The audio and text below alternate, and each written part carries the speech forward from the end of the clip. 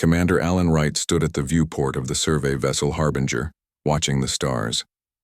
The ship hummed softly around him as it drifted through the Kuiper Belt at the edge of Earth's solar system. The year was 2155, and humanity had spread throughout their home system, with colonies on Mars, Europa, and Titan. It wasn't much compared to the vastness of space, but it was a start.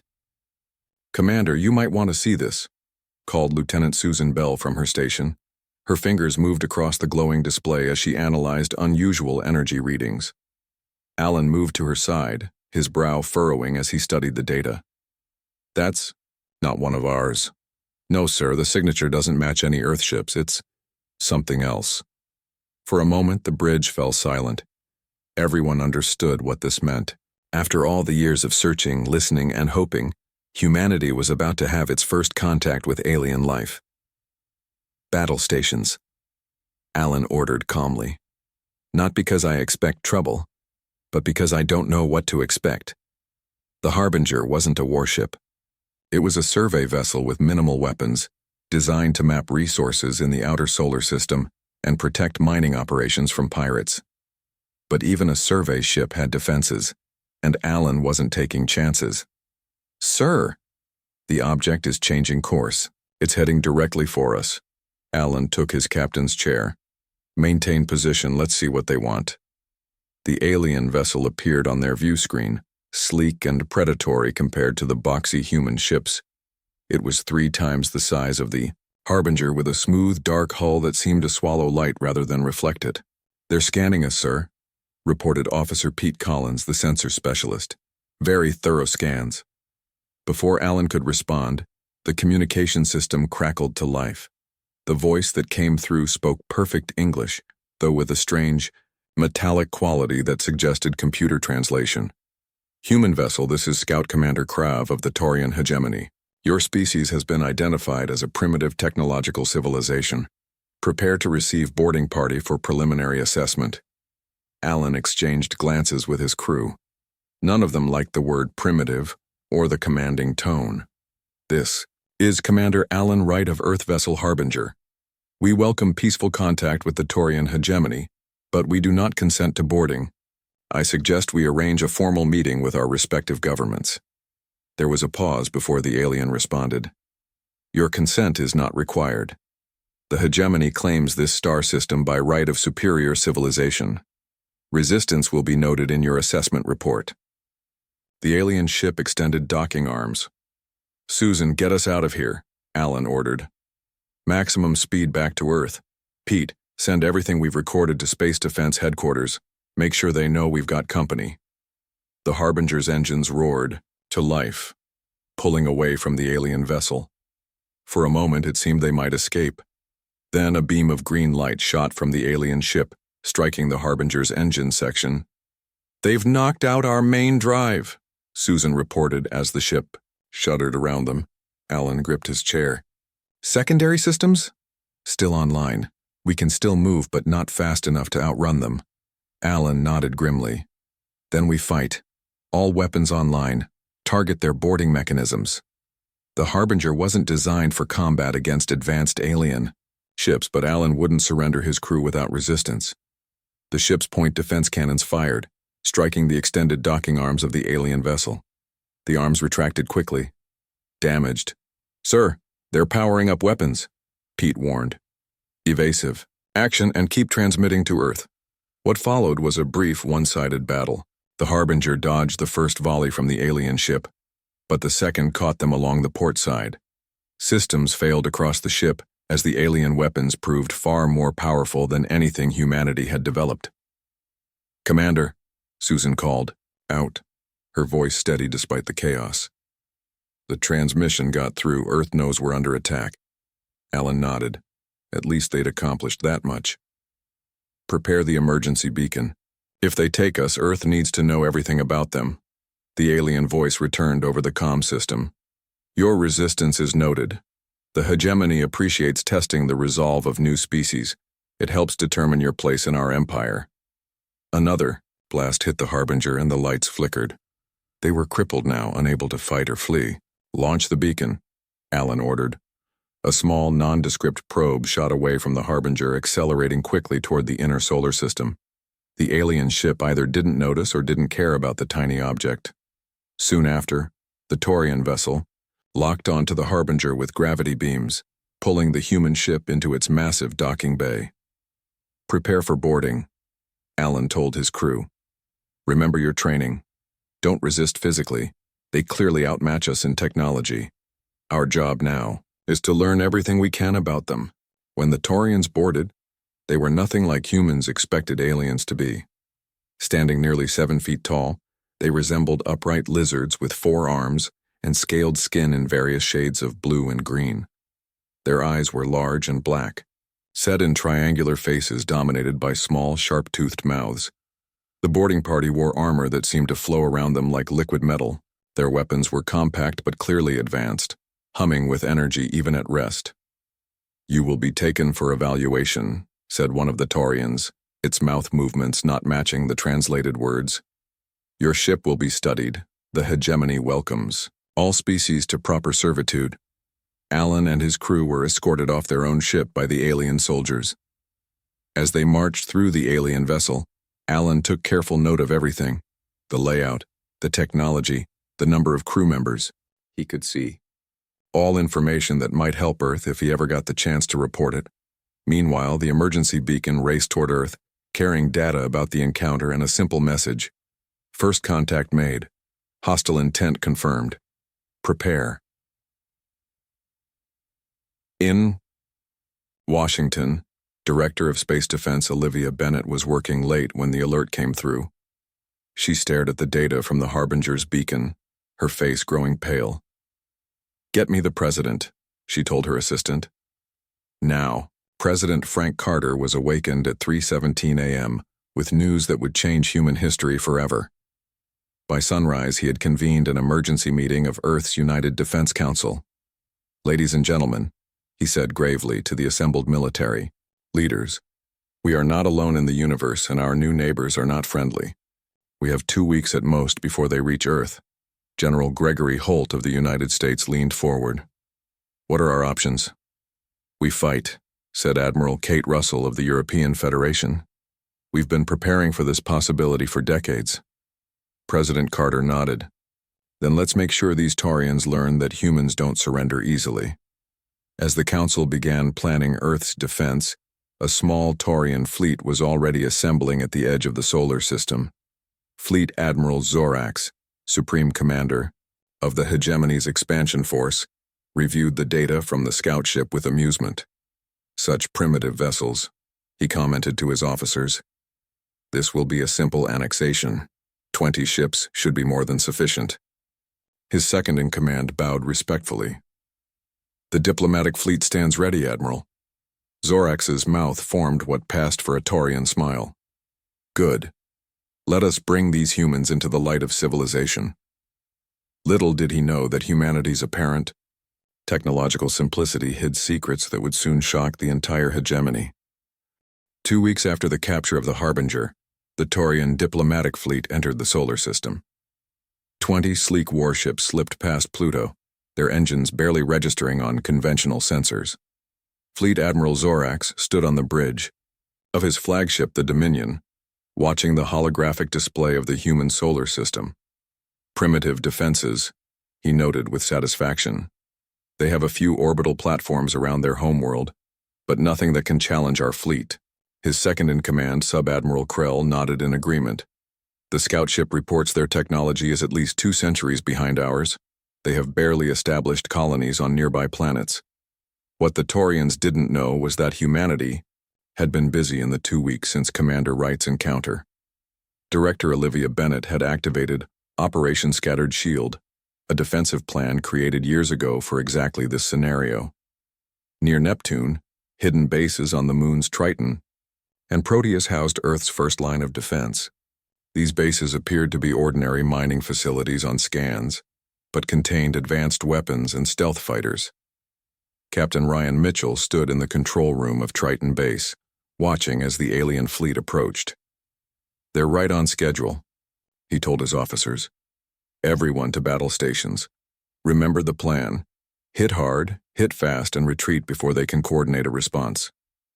Ryan was young for a captain at 34, but had distinguished himself in the conflicts between Earth colonies that had since been resolved. Now he commanded Earth's first line of defense against an alien threat. "Sir, the Taurians will be in range. In 5 minutes," reported Lieutenant John Wilson, his tactical officer. Ryan nodded and opened a channel to all ships and bases in the Neptune Defense Network. "This is Captain Mitchell. In 5 minutes we make humanity's first stand against alien invaders. These Taurians think we're easy prey. Let's show them how wrong they are." Admiral Kate Russell watched from her command center on Earth as the trap was sprung.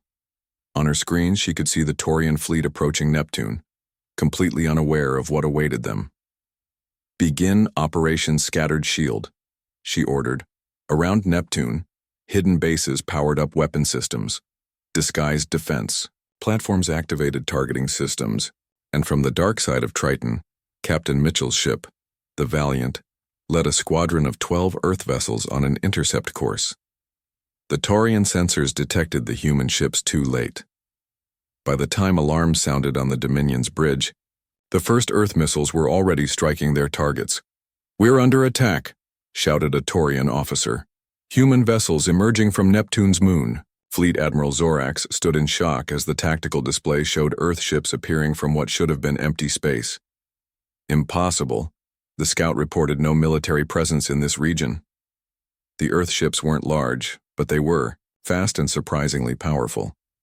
They used Neptune's strong magnetic field to mask their approach, emerging from areas of interference to launch precise strikes against the Taurian vessels. Captain Ryan Mitchell stood calmly on the bridge of the Valiant, directing the attack. "Target their engines and weapons first. Don't give them time to organize." The human ships darted around the much larger Taurian vessels, launching missiles and energy weapons. 3 Taurian ships were disabled in the first wave of attacks before they could even return fire. On the Dominion, Fleet Admiral Zorax recovered from his surprise and began shouting orders. "Full combat alert! Return fire and destroy those human ships!" The Taurian fleet began to respond, their superior weapons reaching out to strike the attacking Earth vessels. One human ship exploded as a Taurian energy beam cut it in half. Another spun out of control, its engines destroyed. But the Earth ships continued their attack, focusing their fire on individual Taurian vessels. Another Taurian ship exploded as multiple missiles struck its power core. "Sir, we've lost 5 ships already," reported Sub-Admiral Krell, his voice filled with disbelief. Zorax slammed his fist against his command console. "How is this possible? They're supposed to be primitives." In the hidden command center on Earth, Admiral Kate Russell watched the battle with grim satisfaction. The Taurians fell for it.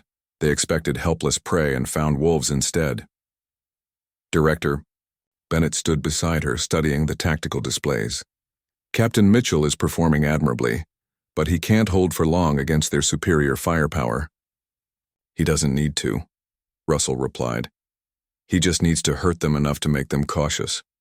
Every Taurian ship he destroys is one less we have to face at Mars and Earth." On the Valiant, Captain Mitchell saw that the Taurian fleet was finally organizing an effective response. "All ships execute withdrawal pattern Delta. We've done enough damage here." His ship shuddered as a Taurian energy beam grazed their shields. The human vessels began pulling back, using Neptune's storms and magnetic fields for cover as they retreated. "Sir, the humans are retreating," reported a Taurian officer on the Dominion. Fleet Admiral Zorax growled in frustration. "Pursue and destroy them." "Sir, we've lost 7 ships. Several others are damaged," Krell pointed out. "Perhaps we should regroup before—" "Are you suggesting we fear these primitives?" Zorax snapped. "They caught us by surprise, nothing more. We still outnumber them. The fleet will continue as planned." But as the Taurian ships moved past Neptune, they advanced with far more caution than before. Their sensors swept the space ahead continuously, looking for more human traps. Back on Triton base, Captain Mitchell and his surviving ships docked for quick repairs. 3 of his ships had been destroyed, and 4 others damaged. But they had destroyed 7 Taurian warships and damaged several more. "A good first strike," he told his officers. But this was just the beginning. They'll be more careful now. Lieutenant Wilson nodded. At least they know we can fight. And we've learned about their weapons and tactics, Ryan added. Data that will help the defenders at Mars and Earth. As the Tarian fleet continued toward the inner solar system, news of the battle spread throughout human colonies. On Mars, Colonel Sam Cooper received the battle reports and began final preparations for the defense of the Red Planet. The Neptune defense bought us time and information, he told his officers. Now we show these Taurians that taking Mars won't be easy either. The Martian defense forces were different from Captain Mitchell's fleet. While Earth ships favored speed and stealth, Martian vessels were heavily armored, designed for sustained combat. The Martian moons, Phobos and Deimos, had been converted into fortified battle stations with weapons hidden beneath the rocky surfaces. As news of the Neptune battle reached Earth, President Frank Carter addressed the unified governments. Today, humanity struck its first blow against alien invaders. But the fight has just begun. The Taurians are still coming, and they will not underestimate us again.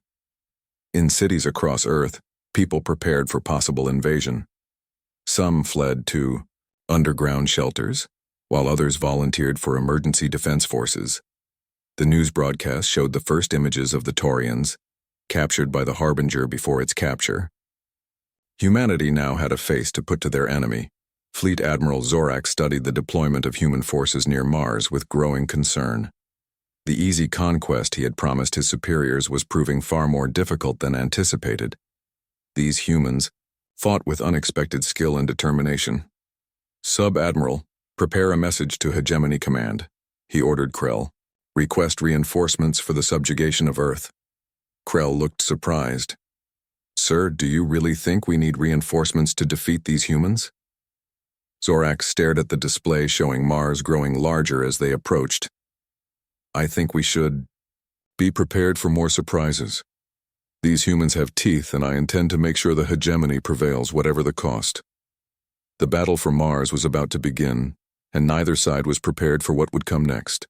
The red dust of Mars swirled in the thin atmosphere as Colonel Sam Cooper watched the sky from his command center on Phobos, the larger of Mars' two moons. Through reinforced windows, he could see the cratered surface of the small moon, now covered with defense installations and weapons platforms. What had once been a barren rock was now a fortress. Taurian fleet has passed the asteroid belt, reported Major Kelly Dixon, his second in command. 13 ships remaining. They'll reach Mars, orbit in 6 hours.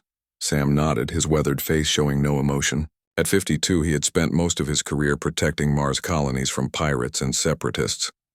Now he faced an enemy from beyond the stars. Status of civilian evacuation? He asked. 80% complete. The remaining transports will leave within the hour. All non-essential personnel have been moved to emergency shelters below the surface. Sam turned to face the officers gathered in the command center. The Neptune defense bought us time and weakened the enemy fleet. But make no mistake, these Taurians are still dangerous. They have better ships and weapons. What we have is home, field advantage, and a few surprises they won't expect. On the main viewing screen, the tactical display showed the approaching Taurian fleet. The alien ships moved in a tight formation, clearly more cautious after their losses at Neptune. They've learned from their first encounter, Sam observed. They won't fall for the same tricks. But we have a few new ones ready. Mars had been preparing for this moment for days. Unlike Earth's defensive strategy, which relied on speed and stealth, the Martian defense forces focused on heavy armor and firepower. The moons Phobos and Deimos had been turned into heavily armed battle stations. Hidden throughout the Martian surface were automated defense platforms and a network of orbital mines. Begin Operation Red Shield, Sam ordered. Activate all defensive systems. Across the Martian surface and in orbit around the Red Planet, weapon systems powered up. Missile batteries emerged from hidden bunkers in the Martian canyons. Defensive. Shields strengthened around the main colony domes. On Deimos, the smaller moon, Lieutenant Lisa Grant supervised the activation of the main cannon. The massive weapon was built into the core of the moon itself, capable of firing projectiles at incredible speeds using electromagnetic acceleration.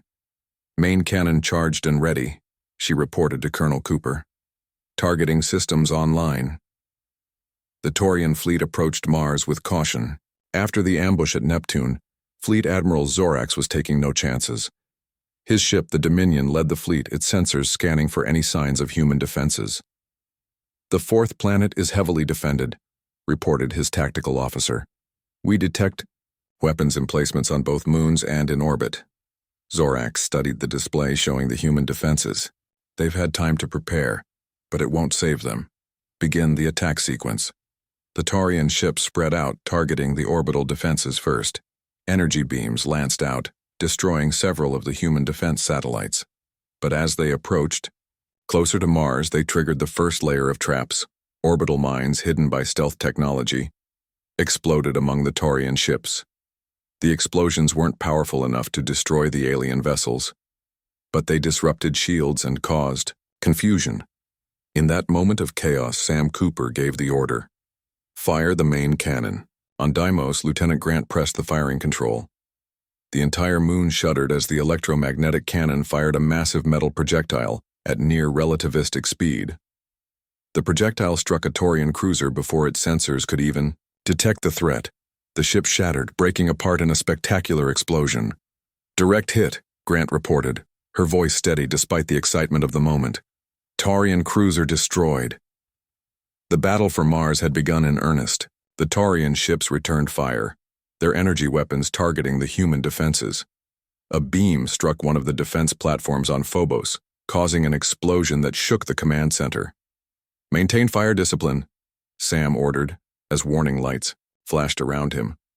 "Make every shot count."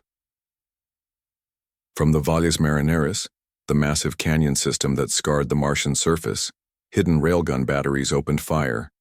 The weapons had been disguised as mining equipment, part of Mars' strategic deception.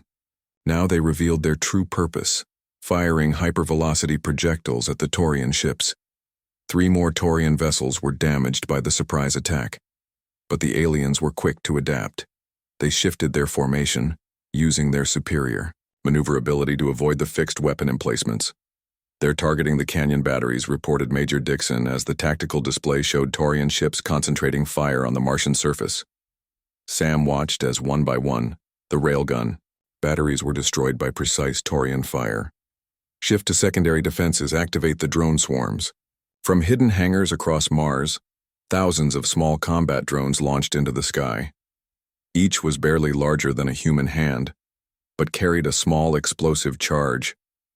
They swarmed toward the Taurian ships like angry insects, overwhelming point defense systems through sheer numbers. The battle raged for hours, with neither side gaining a clear advantage. The Martian defenses were stronger than the Taurians expected, but the alien technology was formidable. Explosions lit up the Martian sky as ships and defense platforms were destroyed. In the main colony dome, panic spread among the remaining civilians waiting for evacuation. The protective shields flickered as Taurian weapons struck them repeatedly. Governor Paul Hayes coordinated the final evacuation efforts, trying to maintain order. "The last transport is loading now," he told his staff. "We have 20 minutes." Before departure, an explosion rocked the dome as a Taurian beam penetrated the outer shield. Warning alarms blared as air began to leak from the damaged section. "Seal the breach," Hayes ordered. "We need to hold until the transport is ready." On the Dominion, Fleet Admiral Zorax watched the battle with growing frustration. The humans were fighting with unexpected skill and determination. Every advance came at a cost of Taurian lives and ships. "Target their main colony dome," he ordered. "Break their will to resist." Multiple Taurian ships concentrated fire on the main dome. Despite the defensive shields, the sustained attack began to break through. Large cracks appeared in the dome structure as the shields failed. Governor Hayes realized they were out of time. "Launch the transport now. We'll hold them off as long as we can." The last civilian transport lifted off from the colony, carrying hundreds of people. But it was still in range of the Taurian weapons. As the ship climbed through the thin Martian atmosphere, enemy targeting systems locked onto it. Captain Eric Foster, commanding a small squadron of Martian fighters, saw the danger. "They're targeting the civilian transport, all fighters. intercept, and protect. Foster's squadron moved to shield the transport, placing their ships between the civilians and the Taurian weapons. 2 fighters were destroyed immediately, the pilots sacrificing themselves to save the transport. Foster's own ship took heavy damage as he maneuvered to block Taurian fire. "Keep going," he urged the transport. "We'll cover you." Through the heroic efforts of Foster and his pilots, the transport escaped Mars orbit, carrying the last civilians to safety. But the battle for Mars was turning against the humans. After 3 days of fierce fighting, the Martian defenses were crumbling. Colonel Cooper made the difficult decision. "Begin evacuation of all military personnel," he ordered, "and initiate scorched regolith protocol." As the Martian defenders retreated to Earth, they activated demolition charges in all military installations and colonies. When the Taurians finally secured Mars, they found only ruins and destruction. The humans had denied them any useful resources or technology. The Taurians had won a costly victory. Of the 13 ships that reached Mars, only 7 remained operational. Fleet Admiral Zorak stood on the bridge of the Dominion, surveying the devastated Martian landscape.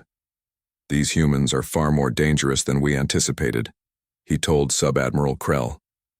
"Request additional reinforcements before we advance to their homeworld." As the message was sent to Taurian High Command, Zorax didn't know that Earth was preparing its own surprises. The retreat from Mars was not a defeat. It was part of humanity's larger strategy. Earth glowed blue and green against the blackness of space, still beautiful despite the orbital defense platforms now surrounding it like a metal necklace. In the White House Situation Room, President Frank Carter studied the latest reports from Mars. The faces around the table were grim but determined. "Mars has fallen," Director Olivia Bennett confirmed, her voice steady. "Colonel Cooper and 60% of his forces have successfully evacuated. They'll reach Earth in 2 days. President Carter nodded. "And the Taurians?" "They're regrouping.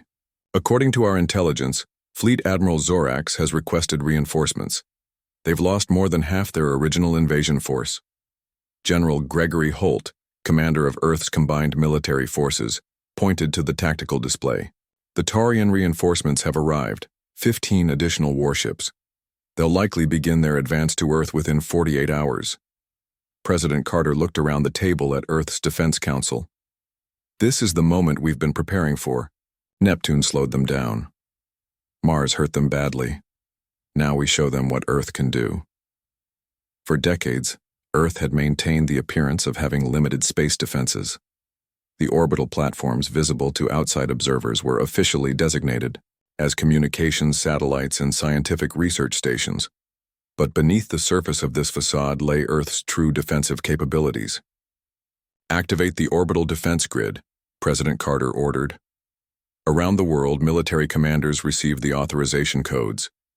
In space, the seemingly ordinary satellites transformed, revealing hidden weapon systems and defensive shields. What had appeared to be a minimal defense network suddenly became a formidable battle grid. On the Moon, Major Nicole Harper supervised the final preparations at the Lunar Defense Base. Hidden beneath the lunar surface, the base housed Earth's most powerful weapons concealed from alien observation. "All systems online," she reported to General Holt. "Lunar batteries charged and ready." The Taurian fleet, now 22 ships strong with the arrival of reinforcements, approached Earth with determination. Despite the losses at Neptune and Mars, Fleet Admiral Zorax remained confident.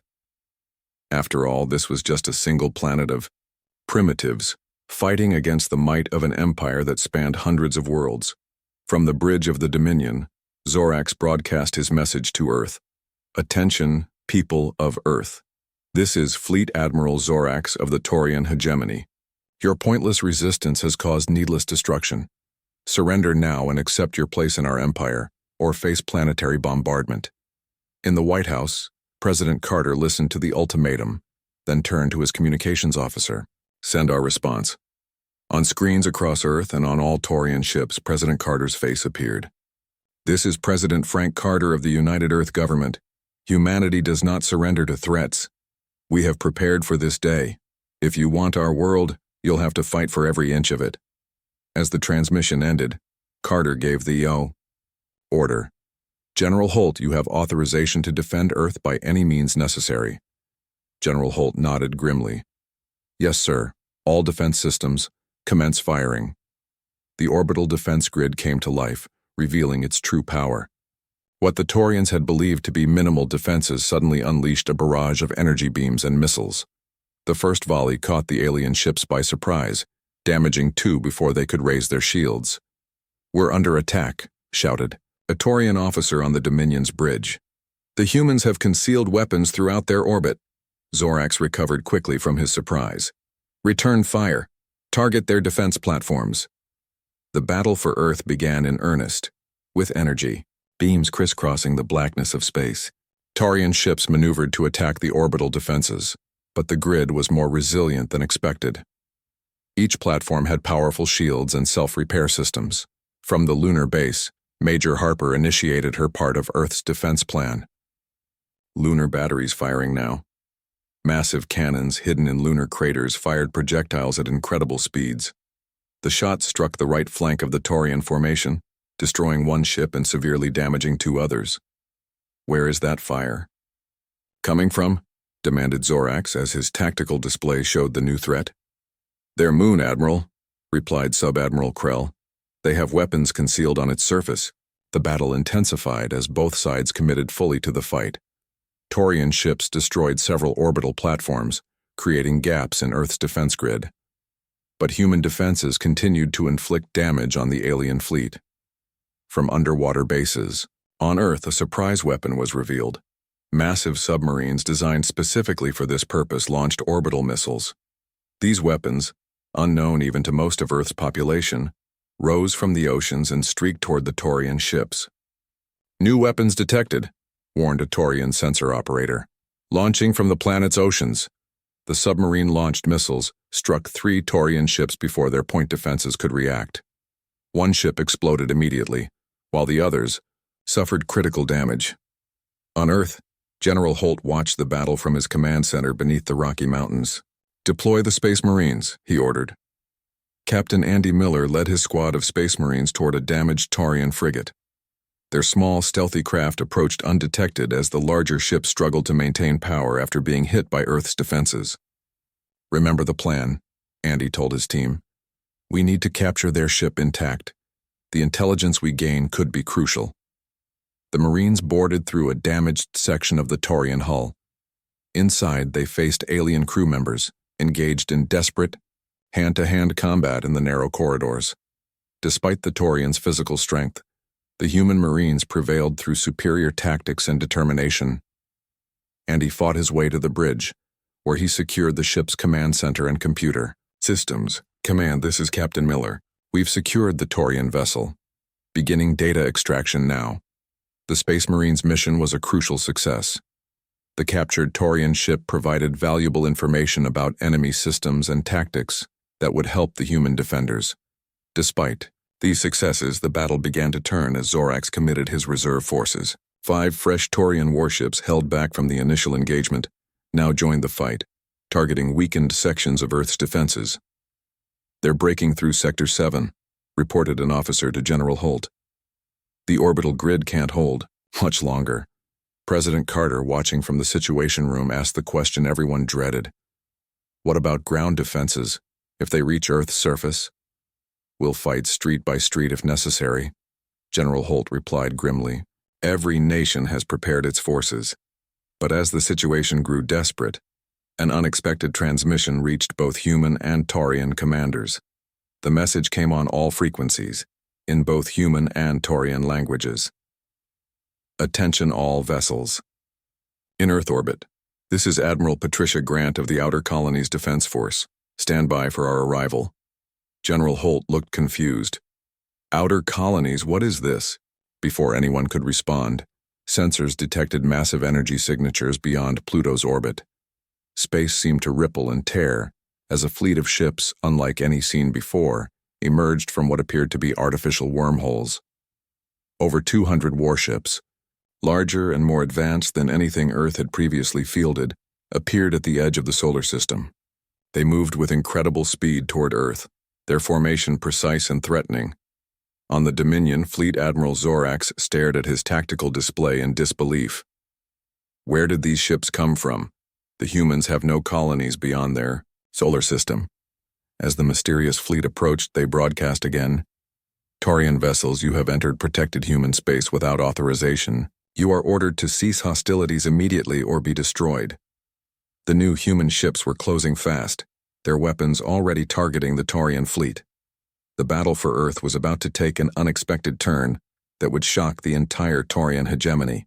The massive human fleet moved with perfect coordination as it approached Earth. Each ship gleamed with a silvery blue hull that seemed to absorb sensor scans. Their designs were sleek and predatory, nothing like the boxy practical vessels of Earth's known defense forces. In the White House Situation Room, confusion reigned. President Carter turned to Director Bennett with questions in his eyes. Olivia, what is this? Where did these ships come from? For the first time since the crisis began, Director Bennett smiled.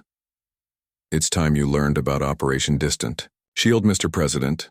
25 years ago, your predecessor authorized a classified project. While Earth developed its solar system openly, we secretly established bases in Alpha Centauri. On the main screen, Admiral Patricia Grant's face appeared. She was a tall woman with short gray hair and the confident look of someone used to command. Most people believed she had retired 15 years earlier. Mr. President, the Outer Colonies Defense Force is at your service, she said. Sorry we cut it close. The trip from Alpha Centauri takes time even with our drive technology. President Carter stood straighter. Admiral Grant, your arrival is most welcome. Please coordinate with General Holt to deal with the Taurian threat. Already. On it, sir, Grant replied. We've studied their tactics during the battles at Neptune and Mars. We know their weaknesses. The Outer Colonies fleet engaged the Taurians with devastating efficiency. Their weapons were far more advanced than anything seen in the solar system. Energy beams sliced through Taurian shields. Guided missiles tracked enemy ships with uncanny precision. On the Dominion, Fleet Admiral Zorax watched in horror as his fleet was systematically dismantled. Ship after ship fell to the mysterious human fleet. This is impossible, he shouted. Where did these vessels come from? Our intelligence said the humans were confined to their solar system. Sub-Admiral Krell studied the tactical displays with a grim expression. Sir, we should consider retreat. We've lost nearly half our remaining ships already. Zorax refused to accept defeat. No, the hegemony does not retreat. Target their flagship and concentrate all fire. 3 Taurian warships focused their weapons on Admiral Grant's flagship, the Sentinel. But the human vessel's shields held firm against the barrage.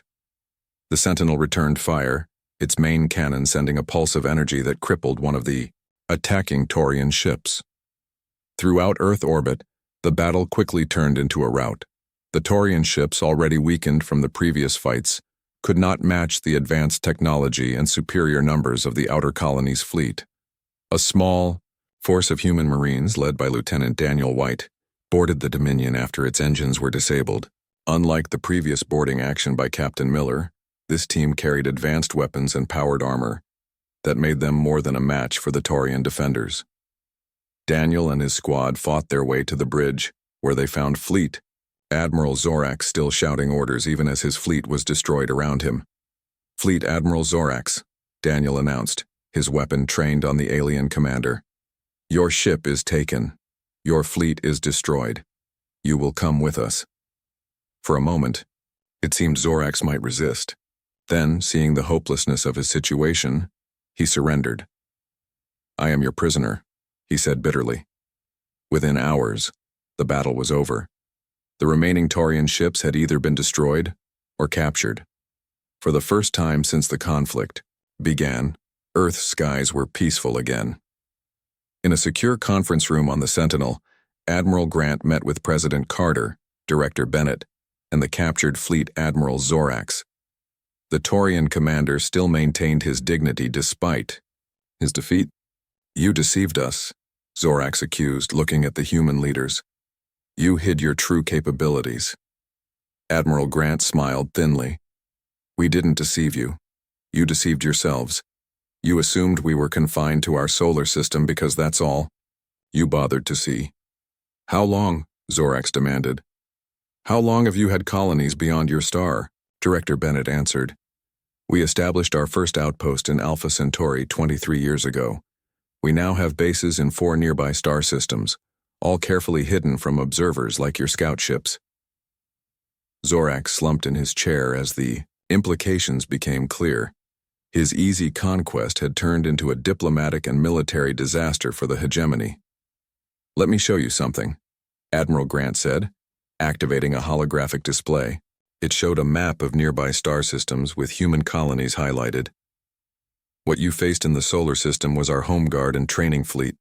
She paused, letting her next words sink in. This isn't even humanity's main fleet. Our primary armada is currently securing our colonies in the Tau Ceti and Epsilon Eridani systems. Zorak stared at the map in shock. The human expansion was far greater than anyone in the hegemony had suspected. President Carter spoke next. Fleet Admiral, we are prepared to negotiate peace between humanity and the Taurian hegemony. But understand this, we will not be subjugated. Any agreement must recognize human independence and our right to our territories. 2 weeks later, in a formal ceremony aboard a neutral space station, the Soltarian Accord was signed. It was humanity's first interstellar treaty, recognizing human sovereignty over Earth and all human colonies. The hegemony agreed to respect human borders and establish diplomatic relations. As news of the hegemony's defeat spread throughout Taurian territory, it triggered rebellions on several subjugated worlds. The myth of Taurian invincibility had been shattered by a species they had dismissed as primitives. Meanwhile, humanity began to openly expand into nearby star systems, no longer needing to hide its true capabilities. Ships that had once traveled in secret now moved freely between Earth and the colonies. At the newly established Earth spaceport, Director Bennett and President Carter met Admiral Grant as she returned from a tour of the outer colonies. The shipyards at Alpha Centauri are running at full capacity, Grant reported as they walked through the bustling terminal. And our long-range scouts have made contact with several other interstellar civilizations beyond Taurian space. Friendly? Asked President Carter. Some yes, others no. The Arcadian Alliance has offered trade agreements. The Vorn Collective seems more cautious, and there are rumors of an empire beyond Taurian space that makes the hegemony look small by comparison. Director Bennett smiled. Then it's a good thing we're ready for them. They paused at a large viewport, watching as ships of all sizes departed Earth for the stars. Families, workers, and explorers heading to new homes and opportunities across multiple star systems.